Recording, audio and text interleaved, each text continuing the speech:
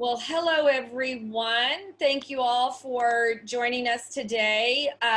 We are going to have a couple of new panelists. We're talking to Grace Lee, who is a social media guru and influencer. So we're excited to have her on.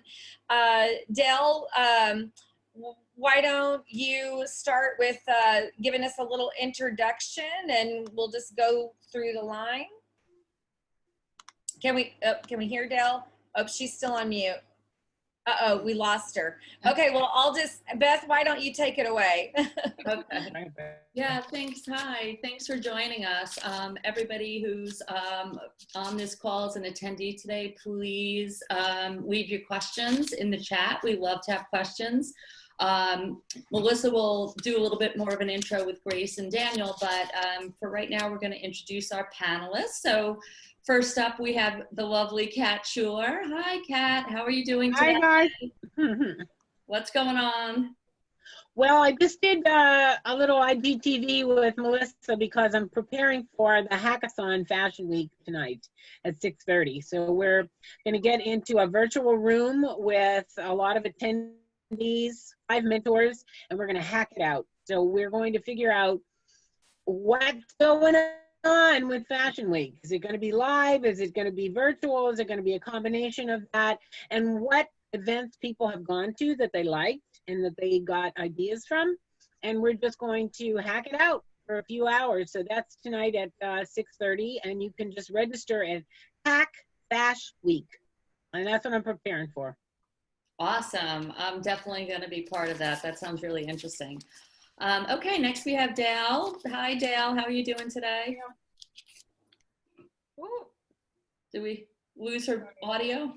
Oh, yeah, we can't hear you, Dell. Oh, I don't even see her anymore. So yeah, she's talking, but we can't hear you. Yeah. Sorry, that we got to get on earlier to fix those audio feeds. But okay, so yeah, and now I'll turn it over to Melissa Shea, our CEO and co-founder of Fashion Mingle. Hello, everybody, again, and thank you for joining us today. We've got a couple more panelists popping in. We've got Shirin Movahed. Hi, Shirin. How are you? Hi, ladies. Missed you last week. Yeah, we missed you too. We've got so many great webinars coming up, and last week we had the diversity in the fashion industry webinar, and we had a completely different panel, and it was just so illuminating. So we really enjoyed that. Very good. Yeah, and we're gonna what we're gonna do is the first Friday of every month, we are going to start showing. We're gonna have a topic on diversity in the fashion industry on every first Friday. So the one in August 7th is going to be on why it's important to have a diverse team for your for your marketing. And so that was one of the topics that we didn't get to last Friday. So we're looking forward to having the panel back on to discuss that. Let's see, we've had a couple of other of our panelists pop up. Let's see, we see Aysha, but we don't have a video, and we see Dee, and we don't have a video. So I hope they'll be able to pop on with their video. And then we've also got Daniel here for the first time. Daniel's a Fashion Mingle member. Daniel, why don't you tell us all about your company and what you do? Well, basically, my news blog has written about the fashion and entertainment for the last 4 years, a little bit over 4 years. I mean, officially went underway 4 years, late September.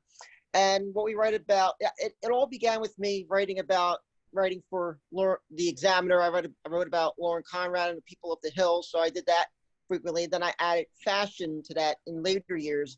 Then in 2016, when they changed course, that's when I started Daniel plus Lauren, where I still kept the same focus, but added more trade shows, added more designers and more press releases. And now, more than ever, I'm writing strictly about, well, I began writing about COVID. I didn't think I'd write about COVID-19. I mean, I didn't think, how did that relate? But then I saw, as things were closing, Broadway didn't seem to be affected, but that was a day or two before. But then I wrote about how Broadway and movie theaters need to stream. And sure enough, they started closing. And then things that I wrote about fashion, and they started to be affected. Things got canceled. That's when I started to pick up more on webinars, and I've seen a jump in my blog about 200 or 300% than what I normally get. I've seen a high interest in minor Broadway things like Dear Evan Hansen, or maybe it's James Corden, but especially Nick Cordero, who recently passed away from his COVID-19 battle. Right. Well, we're so glad. We love having you on the mastermind in the chat room each week. So we appreciate you joining us today, because I know you'll really benefit from learning from Grace about more how to grow your social media. And then we've also got Aysha Robinson on. She's joining us today, and she's a fashion designer and a Fashion Mingle member. Thank you so much, Aysha, for joining us. Thank you for having me. So yes, my name is Aysha, and I'm a fashion designer and founder and owner of Aysha Louise, which is contemporary women's wear brand. And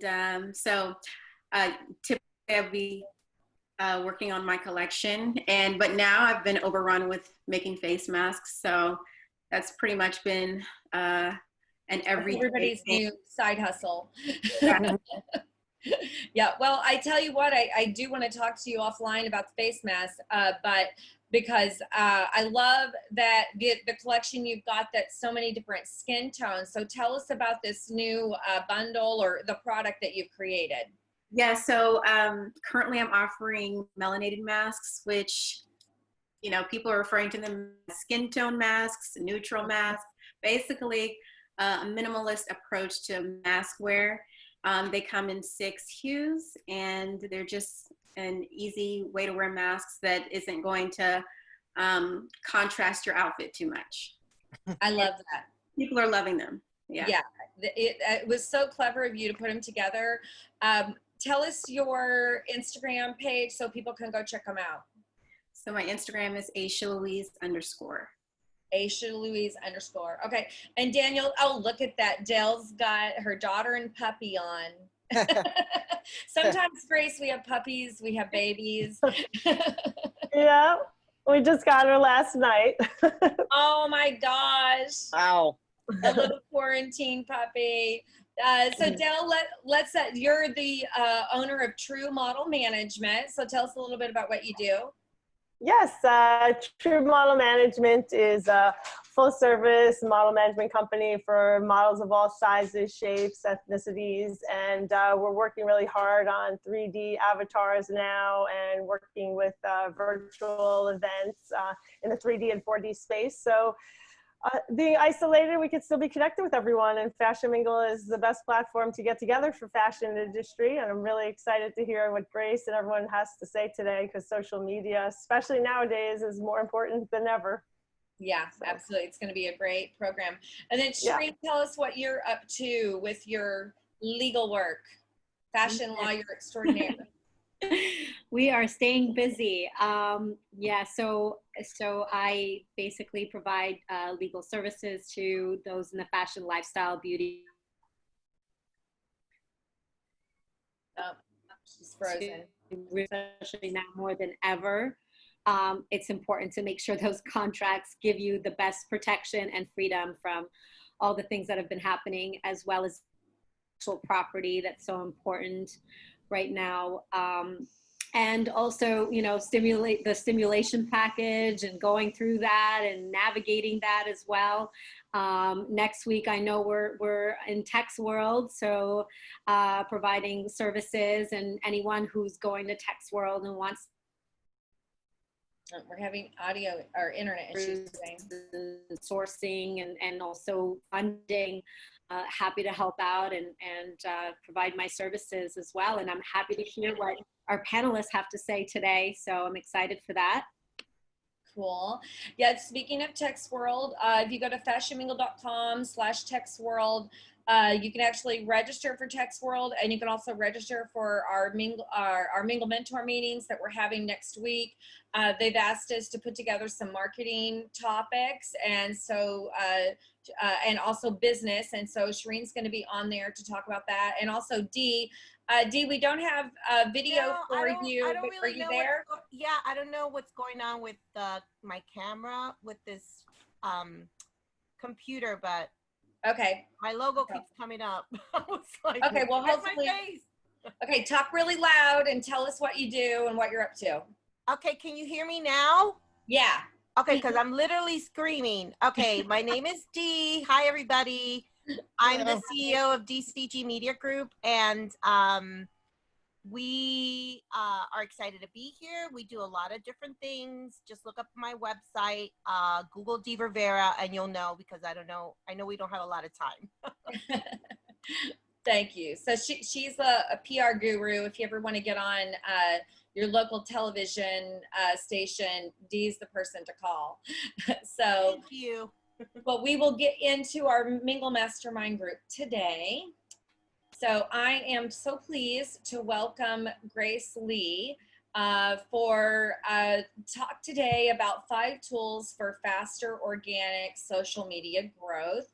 Hi, Grace. How are you? Hi, I'm good. That's great. So Grace is an influencer, and she's also a social media expert for her own brand, but she also works with other brands.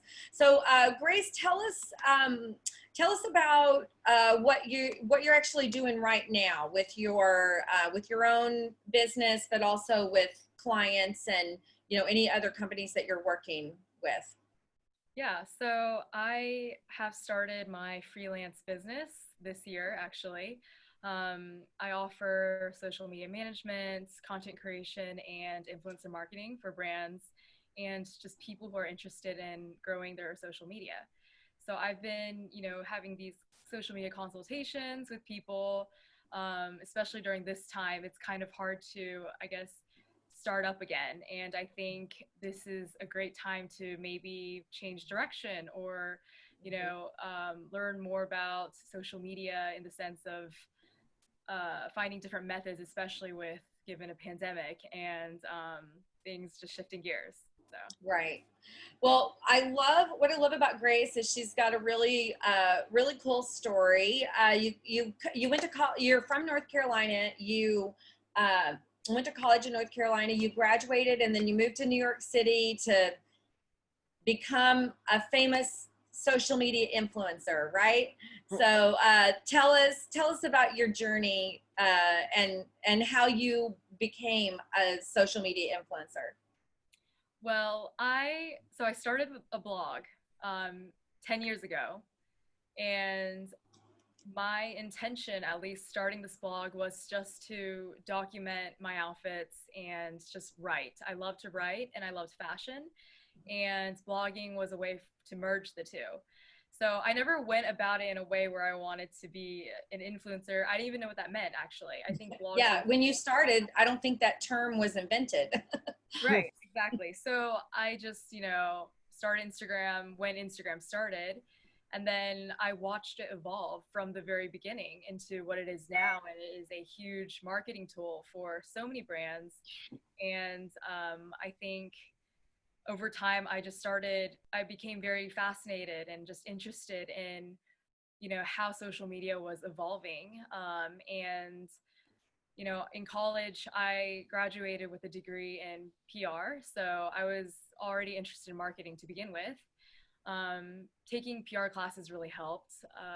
I understood more of like the brand side of things, but I didn't really learn the influencer, content creator side. And I learned that through experience. So that was all trial and error. And so now, fast forward to New York, every year, this is actually really interesting, every year my career has shifted. So when I first moved here, I took a corporate full-time job as a social media coordinator. And then a few months, I just changed gears and I was like, this isn't the right fit for me. So I quit that job and went full-time as an influencer for a year, which was great because I think this was good for me to start networking and meeting new people here in the city. So I did that for a year, and then I realized like I didn't want to be the talent, like it was exhausting just to try to do everything myself. I didn't have like a team, and so I started looking for jobs again. I landed a job working for a startup doing social media, and I'll say it was quite an experience, but I also wanted to have the freedom to choose my clients, work with, several people versus just one. And I wasn't as passionate about this brand as I was with other brands. So a year later, I quit that job and decided to pursue freelancing on my own and do all things social media marketing. That's great. Well, congratulations. It's hard to, take that leap of faith and go into freelancing, but I did it for, probably 15 years. And, when you're good at what you do, it becomes, like a word of mouth. So it's actually, it can actually be pretty good, and you have some comfort level with the number of clients you have over, but it takes time. Yeah. So today we're going to be talking about all the kind of behind the scenes tips and tricks that Grace has to share about how to grow our Instagram. Instagram's changed so much. You're always having to keep up with everything. So the first thing we're going to talk about is just like, what are your favorite hacks for growing your Instagram following?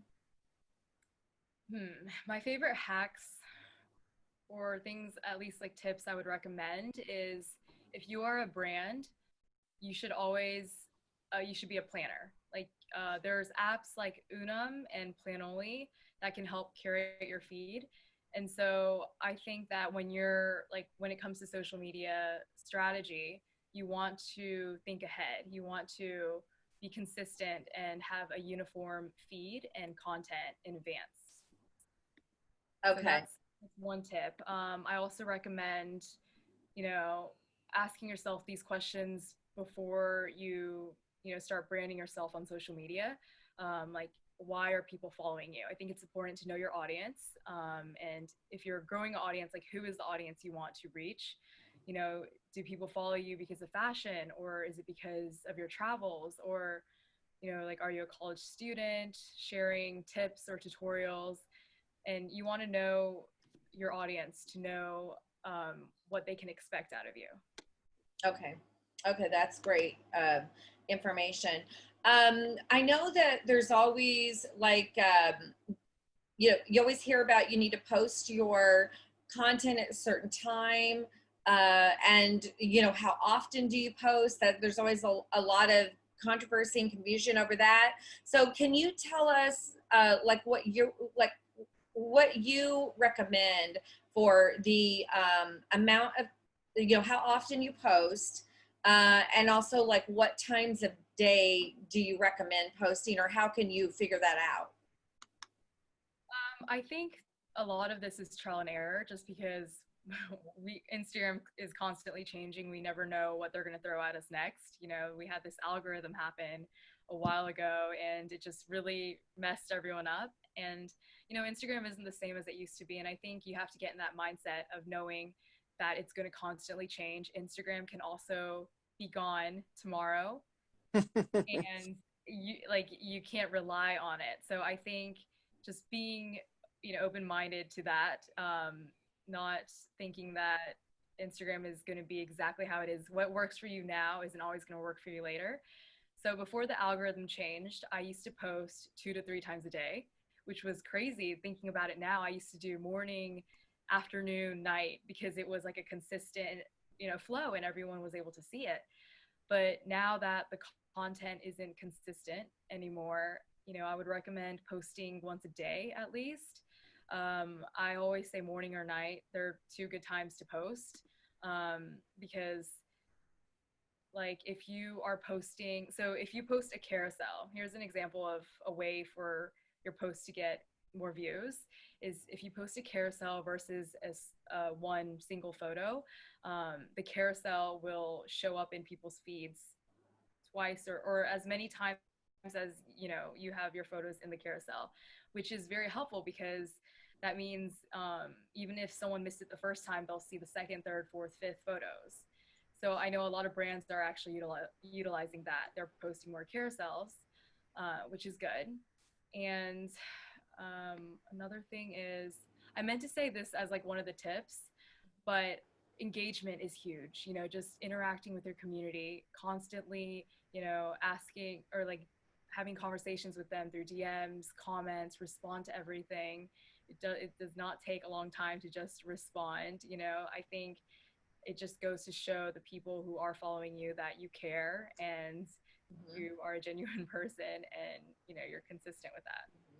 That's really great. Now, you talked about there's a lot of Instagram has changed a lot. What, like, do you have any insight right now on like what the new algorithms are, and is there anything you think people should understand about what's normal now as opposed to what's been common in the past? Yeah. So I will say, like, I've noticed and picked up on a lot of things, is videos that are posted on a feed is more likely to be pushed by Instagram than an IGTV video, if that makes sense. Really? Okay. Because IGTV video is its own separate channel. And I remember people were like, we have to post IGTV. You know, like that's how Instagram wants us to use the tools that they give us. And IGTV is only going to push it on the channel, but I've noticed if you go on the Discover Explore page, you'll see videos in there. And that's because Instagram is constantly pushing videos in the Discover page. And like I mentioned, the carousel thing is, you know, like if you've ever scrolled down your feed and you've seen the same person post like 4 times, it's because they're different photos.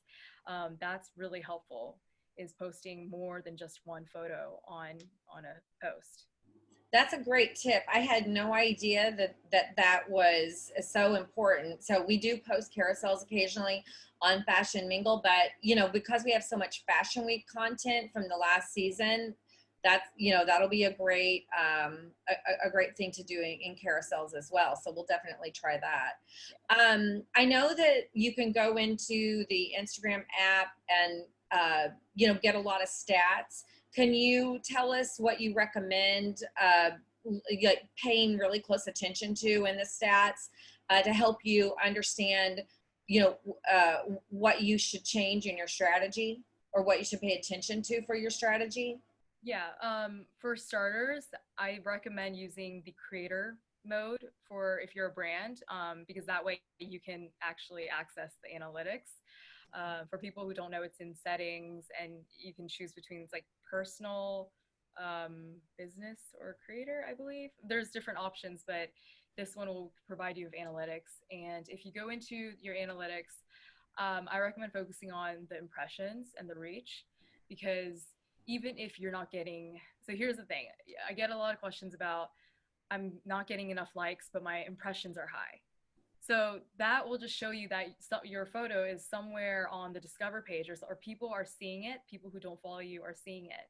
And so you're garnering more impressions with what you post. So I wouldn't always think that likes are going to determine if you're growing or not.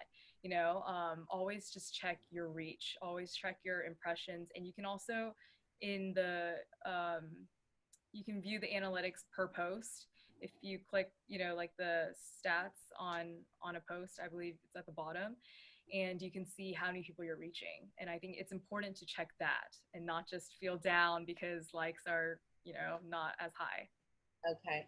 And what are your favorite types of apps to actually come up with it? Because I know influencers always have such a beautiful feed, and there's always like a color palette or theme on the feed. How do you recommend that you come up with your color palette for your Instagram? Well, that depends on, I guess, your brand. If you're, here's an example. Let's say you're a fashion brand that is tailored towards, let's just say college students, you know, people who are a younger audience, a younger demographic, preferably in the South. So there's a lot of fun colors, bright, you know, things, maybe, I don't know, just like bows or something like cute and quirky. then you want your brand to be reflective of, or you want your social media to be reflective of your brand and your image. And so I would say, okay, you know, if you're tailoring to that audience, then you want bright colors. You want to choose, obviously you have brand colors when you're starting your website and your brand. So focus on those, be consistent with it. So people will know once they see your feed, they'll know that that is a reflection of your brand. Stuff like that. I think at least I've seen several feeds that have different themes, and a lot of people use like their own presets. So I think a lot of that is they are marketing their product, which is they're selling their presets, and they'll make their feed look a certain way to market their product. Okay. Okay, cool. So you also are recommending that people pay attention to maybe think about launching a podcast. Fashion Mingle's going to start doing that soon. And also a YouTube channel. So you've got like audio is podcast, YouTube is video. How do you recommend fashion brands or individuals grow audiences on those two channels? Well, first of all, I think podcasts are a great way to reach, I guess, a wider audience, just because it's one of those, it's like I guess you could say it's like on the go. Anyone can hear it when they're, you know, you don't have to be on your phone to constantly listen to a podcast. So I think that first you should first think about, have some sort of strategy of like how you want to approach the podcast you want to do. You know, podcasts, you have to think long term. You can't just think, it's not like Instagram where you have to just think in posts. You have to think like, you have to have a long-term plan with, okay, how consistent do I want to be? What is the content I want to talk about? Do I want to have guests on there? You know, how am I going to edit this? What tools do I need to start a podcast? So there's a lot that goes into it. I recommend using Anchor if you want to start and you're still unsure. It's the easiest way to make a podcast. So Anchor, it hosts your podcast, it monetizes it, and it distributes it all on its own. So you don't have to do anything. So that's, you know, a place that I would recommend to start. Okay, that's great. Yeah, because I know there's a lot of rules. I'm familiar with how it works on iTunes, and you know, in order to get any traction on iTunes, there's kind of a formula you have to follow. You've got to get a certain number of podcasts loaded, and so it's pretty complicated. So I think Anchor sounds like a great opportunity to just test it out, and because you also need to figure out if you're going to stick with it. Right. And see if you really like doing it. And the same thing with YouTube. I mean, obviously that's the same thing as, you know, you don't know if you're going to really enjoy using a channel like that to promote yourself or your brand until you actually get in there and do the work. I mean, I can't imagine like what it's like to have a feed, an Instagram feed like you do with influencer. Because I mean, I know you put a lot of work into your photographs, and that itself has got to be like a full-time job. Yeah, it is a lot. Well, so we're going to open it up to our panelists for questions in a minute, and then also questions from our attendees in the chat. So before we move on to that, Grace, can you give us any recommendations on, you know, some of your favorite new apps for social media that you think people should try out? New apps. Well, I am huge on planning. So Planoly is one that I use all the time. That's how I curate my feed. That's how I also have I check analytics there. I also use Planoly for resources. They have a really good blog that you can subscribe to, and they'll give you new tips and tricks and all sorts of things for social media. So that is very helpful for me. Another one, I love doing things with Instagram stories. It's one of my favorite things to do.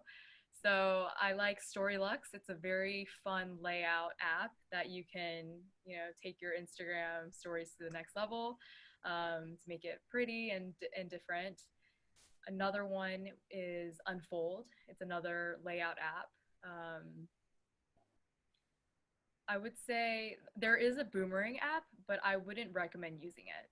Actually, I would, if anyone wants to use a Boomerang tool, I would use the one on Instagram, because I believe it's different. I remember having the Boomerang app on my phone, and I think it's like the timing, it was just off.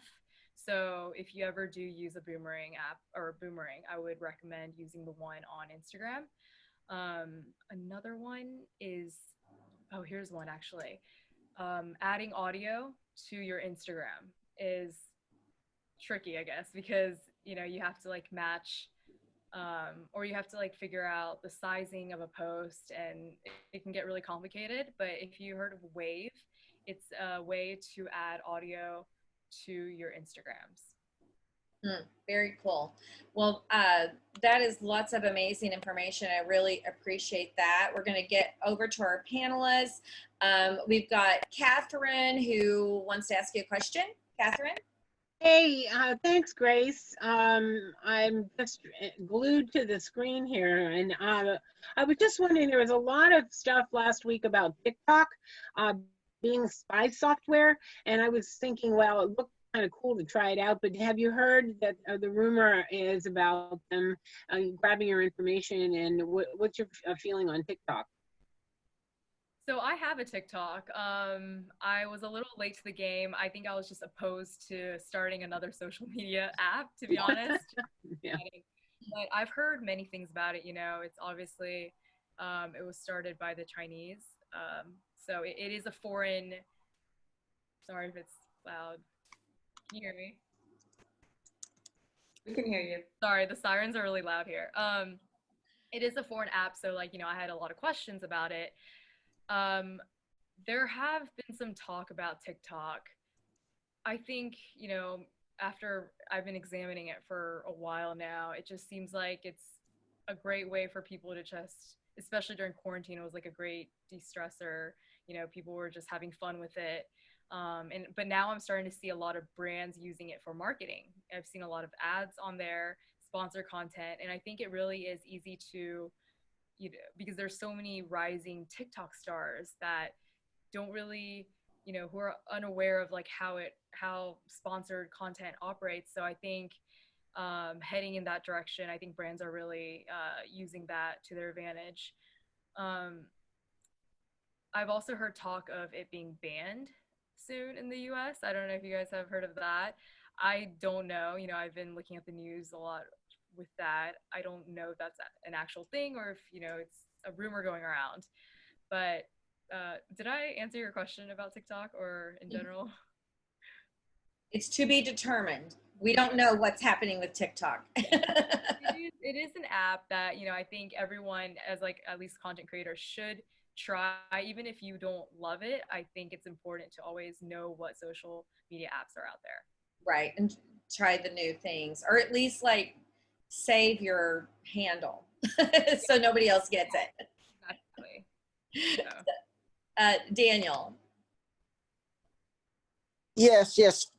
Let's see. My blog is it's not like I blog once a day or once every 4 days. It's always constant because it's like I was saying earlier.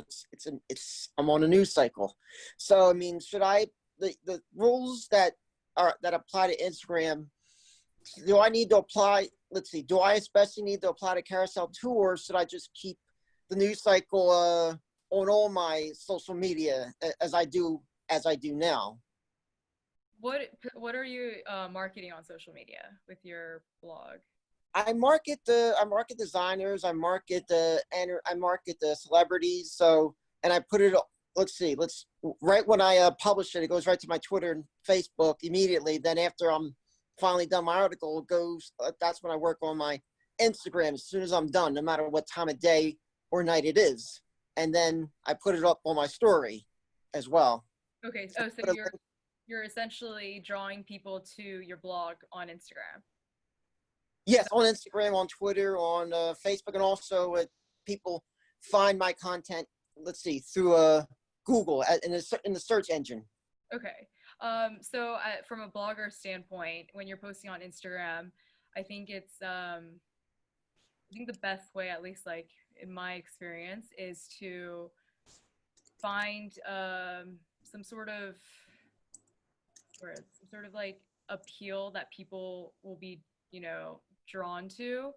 Um, Maybe show an excerpt from your blog, something that will grab their attention, write that as the caption and say, read more on my blog, something like that. I think that's really helpful. You don't want to give everything away. If you do, no one's going to want to click on it, as opposed to doing it in that way. I think it's very, it's like clickbait in a way, but it's also like, you can also reach more people by doing that and using the right hashtags too, depending on like the subjects you're talking about.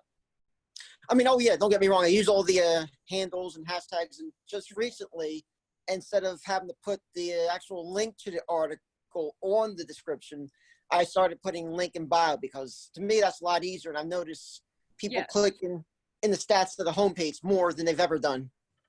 Yeah, no, I definitely recommend putting the link in the bio and updating it, whenever you do have any post. It is easier. You want to make things as easy as possible. Yeah, exactly. If you have like a swipe up on stories, that is like the best tool ever. Now, I noticed it's like, now the swipe up, that only works, they only offer you a link to your actual blog web piece if you have 10,000 or more followers. Nothing less than that. I mean, all you got for less than 10,000 is the IGTV. Right. Okay. Well, yes, that is actually true. It is limiting in that sense. But I've worked with brands that have had 10K and lower, and even when I'm posting on stories, what's it called? Like if it's a product, I use the shop button. Like you can still link a product, but that goes for fashion. That goes for brands. But there are always different ways that you can use, you can still drive people to your website, even if you don't have the swipe ups. Oh, actually. And there's always that little contact button. It's always good to use that so people can reach right out to you. Oh, definitely. I have as well too, but thank you. Yeah, cool. Okay. Dale, Dale's lucky because she has beautiful content that actually other people pay for because she has a modeling agency. So you're really lucky, Dale. Yeah, we work hard at it. So if you want some good pictures, we get connected with some great photographers. Just let me know. And thanks for all your great tips, Grace. My question's about LinkedIn. I find that businesses that we work with and some professionals that I know, they might have low engagement on social media and aren't active, but they have a lot of connections on LinkedIn. Do you have a good way to merge the two in a way, or capitalize on what you've got on LinkedIn to bring it over into social? Yeah. So how I see LinkedIn is, like first of all, having different platforms, you have to understand the audience for each one. So maybe, first of all, if a LinkedIn has really high engagement, you want to know who the audience is. And does this audience use social media? And if they do, how can you find a way to connect that? So it's like, maybe with LinkedIn, start a group, let them know, here's our Instagram, like constantly pushing, I guess, Instagram on LinkedIn. If it's that high, then you can always drive traffic that way. I think also with LinkedIn, since it is more of a professional setting versus like Instagram, it's kind of a casual one, I would say. I would just start, like, I would ask actually, how, what can I do as a brand for you to follow on Instagram, and like what can I do things differently? I think like in these cases, like there are no set answers that you have to actually ask the people, and that is very helpful. Gotcha. So there's no like app or something that does the work on the back end to help you connect with people? It's more. I wouldn't say, I think that's tricky because LinkedIn isn't like in Instagram where it's different. I don't think it's the same. So it really is just using that connection, those connections, and taking another step by asking them questions and talking to them. And my other question is a little bit more personal for me, for like my own personal Instagram that's used for work too, because I work and, you know, have personal things all in my Dale Noel account, but I haven't been on in a long time. I was very active for a while on TV and writing articles every day, and then kind of took a break for the past year, but I'm thinking about starting up again. Is there anything that, you know, I might want to change, you know, the content, the way I used to do it? Is there anything that you suggest to make a smoother transition and to let everyone know that I'm back more easily?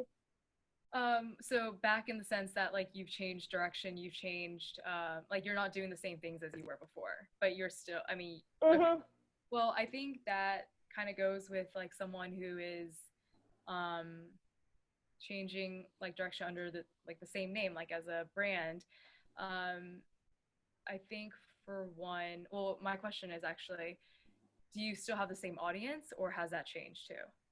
Probably. I mean, I really need to look back, and I think it can apply to brands too, just like if you're rebranding, you know, is there a way that is a smooth way to transition? And definitely, I think it's not like I would lose the people who are following. I haven't like changed my personality. I'm the same, but I used to do and post more things that were glamorous and red carpet, and now there's no red carpet, you know, and I'm doing earthy things that I always did, but I didn't always post, you know, it was more business related. So just, if you apply to anyone, just changing your brand or your message or adding things to it, is there something to keep in mind, you know? Yeah, I think, well, no matter what you do, first of all, no one is obligated to love everything you do, you know, you can't please everyone. So I think going about it in that way, I think doing or having that smooth transition is really feeling, I guess, happy and confident with, you know, where you are now with like, okay, I want to start posting more about what I'm doing,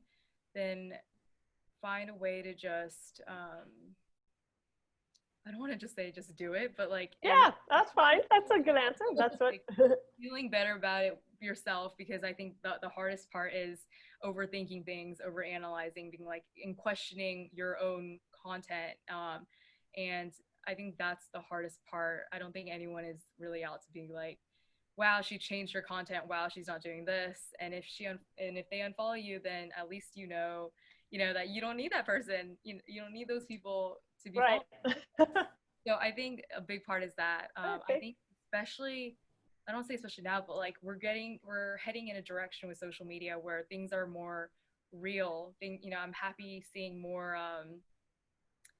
body positive campaigns, and people are just, it's not glamorizing the pretty things anymore. People are being authentic with that, and I like that direction. I think that's a great way, even with this, to transition. I agree with you completely. Well, thanks so much for sharing. Yeah, and speaking of real, that makes me think about it kind of when Instagram got really popular, there was a lot of strategies to buy followers, and and a lot of those were bots. I know Instagram cleaned a lot of it out, but a lot of accounts still have high numbers from the days when it was common to buy followers. So do you know of any way, like, is that, because that's going to affect your engagement rate, right? Because if you've got like a bunch of dead accounts that do nothing for you, they don't engage, then it's actually going to be bad for your engagement rate. Do you know of any way to like just clean out the account and get rid of the followers that aren't really real? Like manually doing it, you mean? Like, well, it'd be nice if there was an automated way, but manual. About an automated way to get rid of them yourself, because like I know the way, like, Social Blade is a way to figure out whether someone has bots. I actually didn't think about that, besides just manually going down, but yeah, that's a lot. That's very time consuming.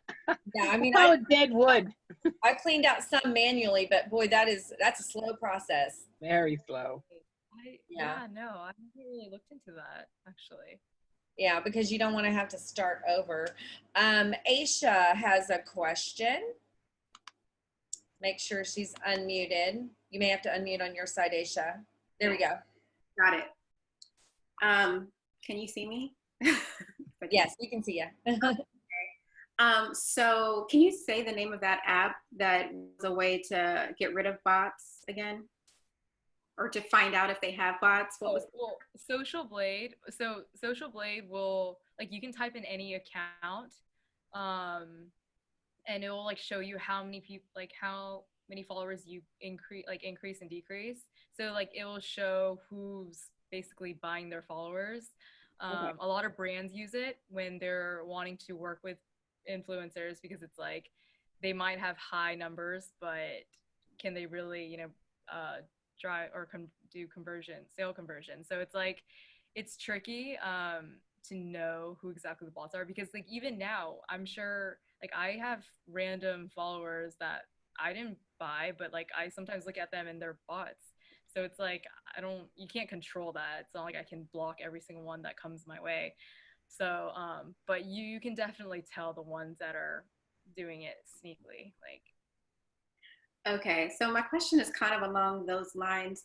How do you approach collaborating? Let's say you have an organic following of like under 2,000 and you're interested in collaborating with an influencer that has 10,000 plus, or maybe whatever, maybe you can say like what the base should be. And also speaking to rates, maybe what type of collaboration, like what gifted, sponsored, or whatever else there are. What are your recommendations for that? And then I have another question. okay. So you said, okay, so 2K and under, but you want to reach 10K and up. Yeah. Or okay. what would be like, what should be your like base level that maybe you would be a good steps for like collaborating? So yeah.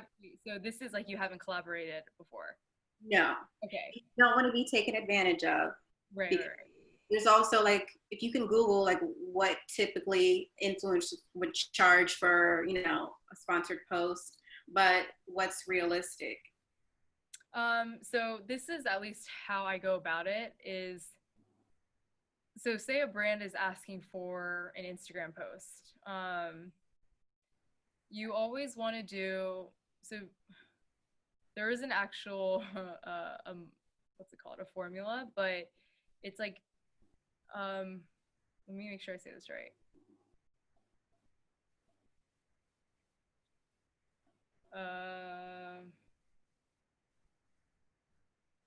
So 100 for every 10,000 followers. Okay, I did see that. Okay, you saw that. So at least like that's how I used to start. That was my starting. But then like, depending on what the brand wants, like if they want high quality images with this product doing that, like if there's more things that are added to that plate, that's a lot of my time. That's also photographer rates. I add photographer rates to the post rate, just because like you want to make sure like you're not also underselling yourself, and you also want to make sure you're not going too high, being like a crazy amount that you're not even working that much for. So it really is like knowing, I guess, that range for a brand. If a brand wants to approach it and like someone who has 10K and they're like, I want $800 for a post, then obviously that doesn't match up. So it's like, I think knowing that range of like where a influencer will lie, and also not just checking, remember, because people can buy followers, so they can have 60K and have 50 likes. I don't know, like that's not either. So it is really, you have to research the influencer, and not just likes either, because likes are hard. So it's also really hard to see it without the stats. So if you really are curious, like maybe reaching out to the influencer, being like, hey, I'm interested in like forming a relationship or a partnership with you. Is there any past work? Because like, right, like at least besides awareness, you want good content. So maybe like seeing their past work, asking for people that they've worked with maybe, and going from there. I think it's don't just rely on numbers. I want to stress that because that's actually something that really bothers me a lot, is when brands are just like number. I remember my name was like I remember looking at a sheet of people that brands wanted to work with, and it was just like a number beside my name, and like, you are not a number, and that's like the worst way to determine someone's worth. So that's another thing, is just really research, ask questions. You know, if you're starting a partnership with someone, you want to have a relationship too. Yeah. So that's, yeah. Yeah, I have worked with someone in the past, and she was forthcoming with providing her analytics, so that was helpful. That is very helpful. If they do that, then you also, that's very trustworthy for them to do that. Yeah, and my other question was about copyright laws for posting on Instagram. You might see someone repost something and then they'll put down below, like, I do not own, or whatever they say, you know, to give ownership to that person. Is that accepted or not? Can we repost? Oh, okay. So if you're working with this person, and you, before they give you assets, like, before they do that, you want to make sure, like, No, we're not working together at all. I just see someone's page, they have a beautiful photo, I want to repost it, and then I might put a little disclaimer that, or even tag them. Can I just do that, or what are the rules around reposting from someone else's? Okay, it is fine as long as you're crediting them, and I would always ask, even if you are crediting them, they might not like it, so just send them a DM. I would always ask before you do it.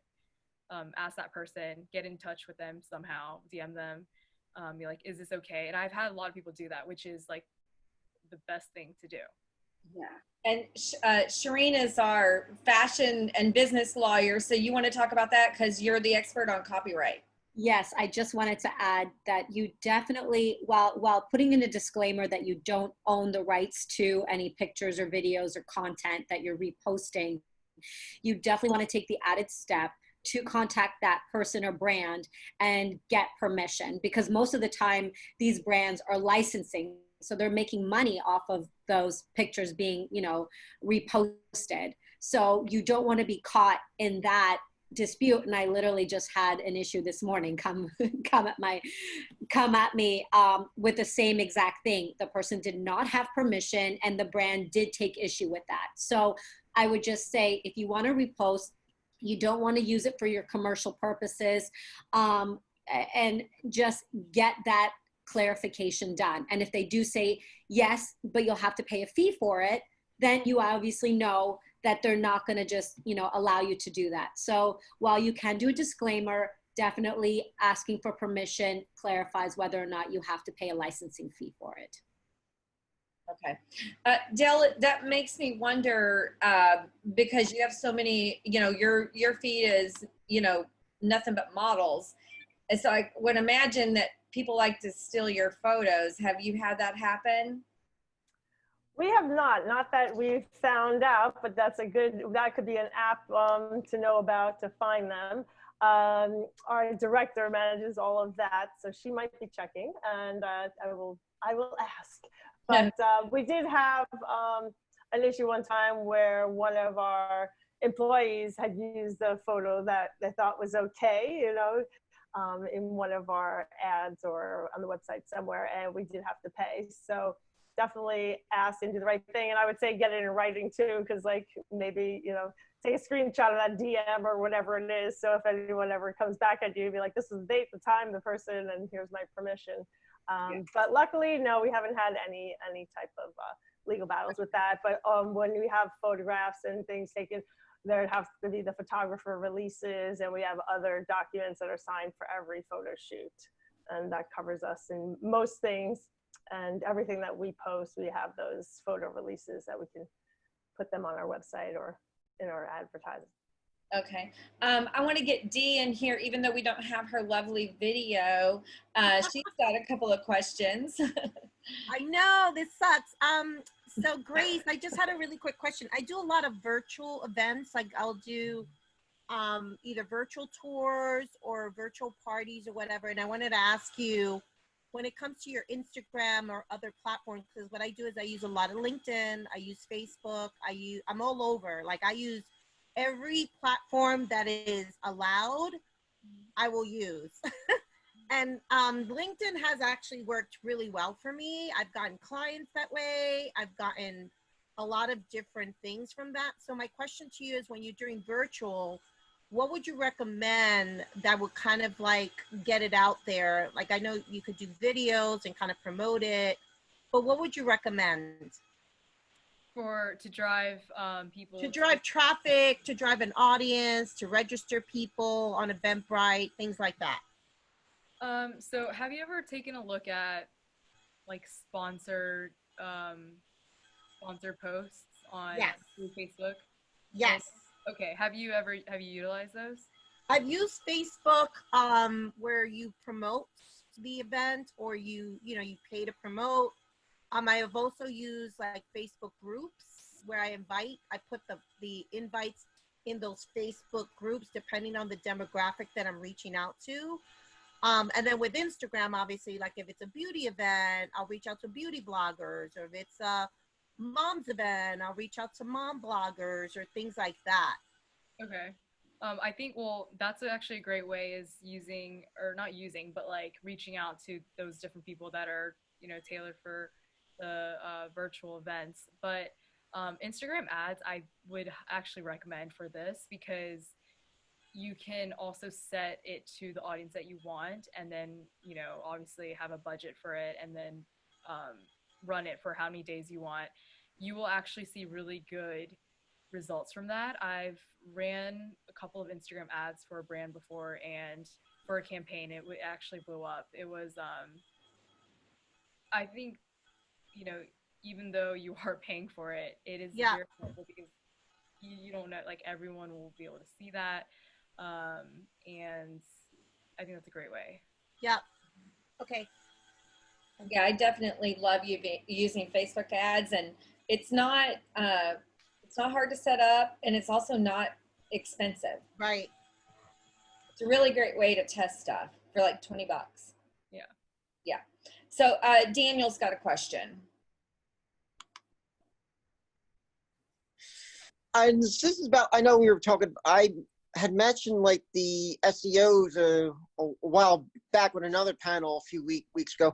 I guess the question I have is that where you do your blog, let's say like WordPress or GoDaddy, are there like specific, are there specific companies that are better at handling SEOs than another, or it all depends on the package you have in terms of like your business blog or VIP and such? Or is it GoDaddy or WordPress or vice versa? Is one better than another in terms of SEO, where maybe you don't have to spend any extra money on SEOs to drive traffic? So actually, this is really interesting, because I was actually working on this last week. So I use Squarespace for my website, and I'm probably a little biased, but Squarespace has been very helpful with SEOs.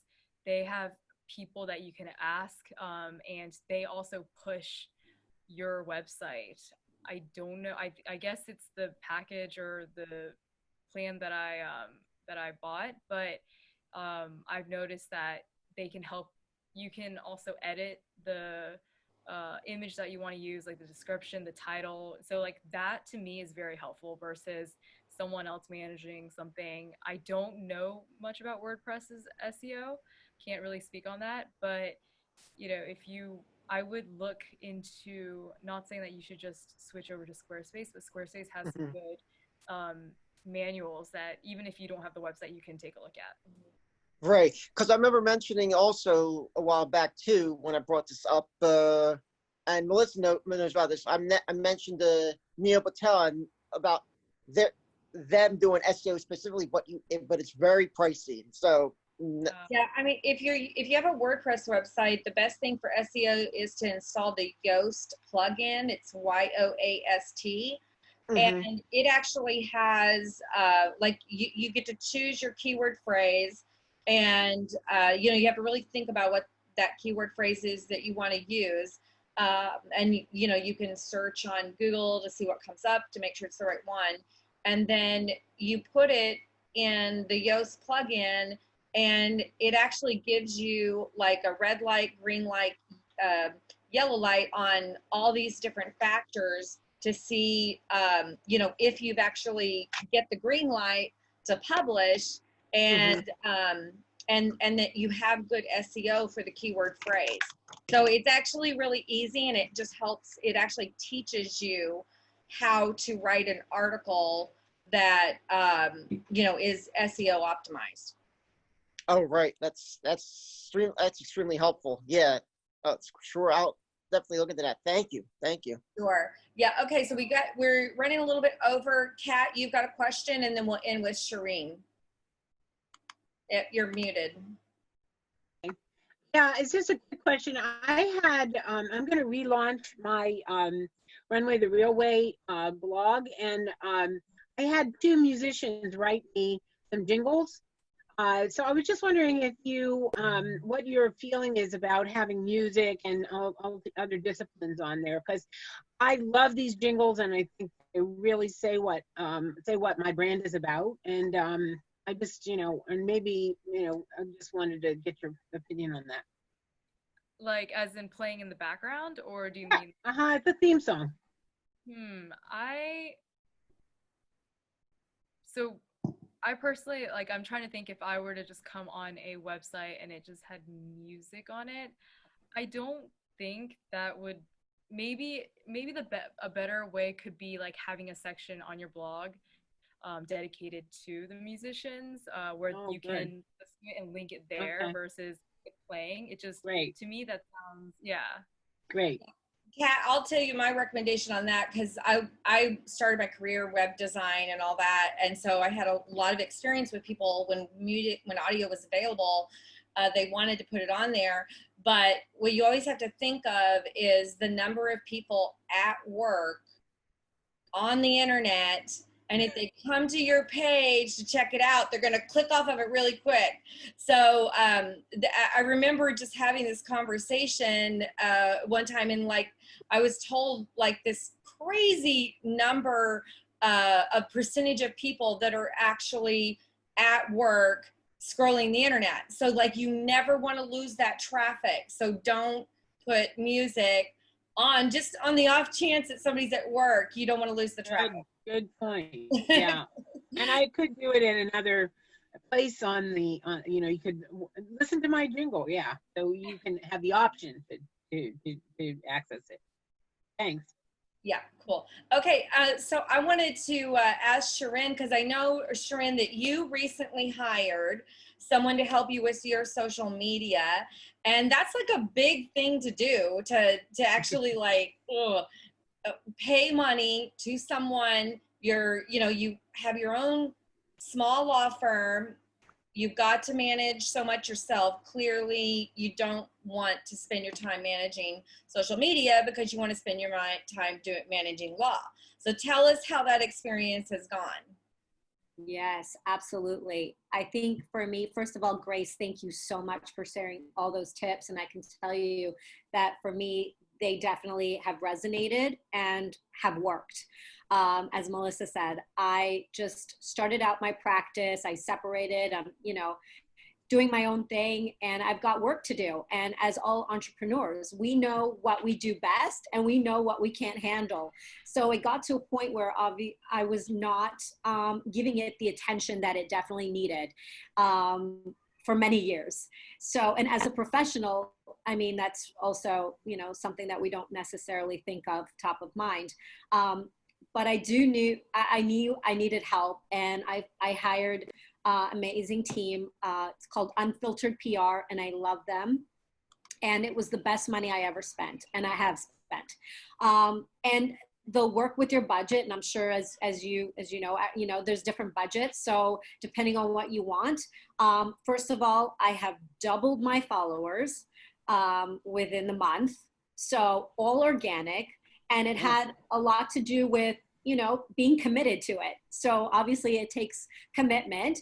I had to engage. I had to, you know, understand who my audience is. So there's a strategy there that needs to be. So we basically cleaned it up. And as you mentioned, those who are not going to follow me because of X, Y, and Z, well, those are not my audience anymore. So we were able to focus it and filter it to who it is that I'm trying to reach and educate and really connect with and engage with. Of course, a lot of the engagement is done with my PR team.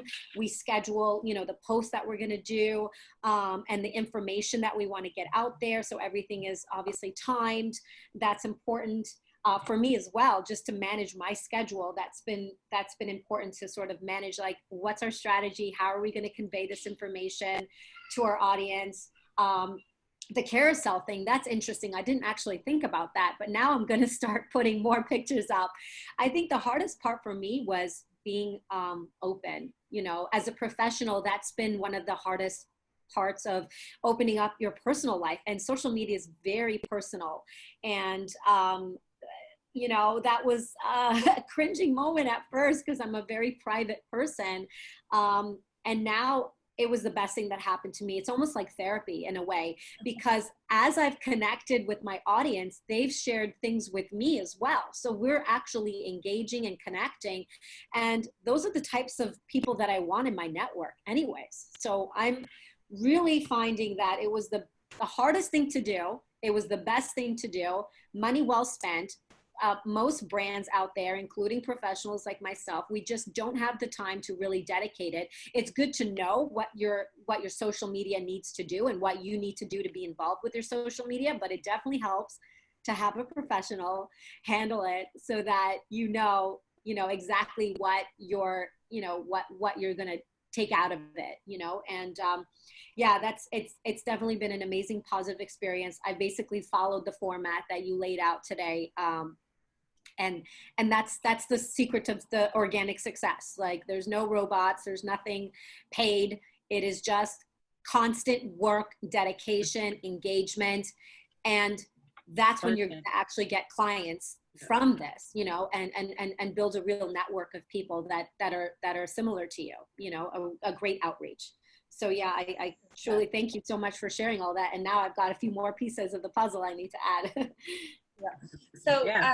So let's wrap this up. Grace, thank you for all of your tips and all the advice you've offered. So how can, so if people are interested, so people can hire you to do social media, right? Yes. Mm-hmm. Yes. If you go on my website, I have actually different tiers depending on what you're looking for. Okay. So wonderful. So what's your website and what's your Instagram? I actually put the Instagram in the chat. So it's by Grace Lee is Instagram, and tell us what your blog or your website is. So my website is actually my blog. It's changed, but it's gracefullymade.com. Yeah, 2 L's, 2 E's. And so do you explain on there, like, do you have a section for your services? Yes. So I have everything in there. And I offer a free, like, one-time consultation call, you know, just to understand what it is you want and, you know, figure out how I can help each other or how we can work together. Awesome. Well, thank you so much. Thank you, everybody, for joining us today. And thank you for the panelists. Thank you so much to Daniel and Aysha, our Fashion Mingle members who popped in to ask questions. We're going to try to do this every week to introduce you to some new Fashion Mingle members and also just give our members a chance to ask the experts face-to-face. So thank you for joining us. And thank you so much for Grace for everything that you shared with us today. Of course. Thank you for having me. Sure. You can see the video. If you want to review this, you can actually get on the video on YouTube. It'll be up in the next 24 hours on our Fashion Mingle YouTube page. And then also next week is Text World. and they are going virtual. So if you are a fashion designer and you really want to learn, you know, about some textile options, you want to talk one-on-one with textile suppliers, go to fashionmingle.com/textworld. Register for TextWorld. You can actually, there's going to be a lot of panels going on. We're actually hosting a happy hour on Wednesday at 3 p.m. because it's 5 o'clock somewhere. And then we're doing our Mingle Mastermind, our Mingle Mentor meetings, which you can actually find on the TextWorld page as well. So register for that. So thank you everybody for joining us, and we'll see you next week with another topic.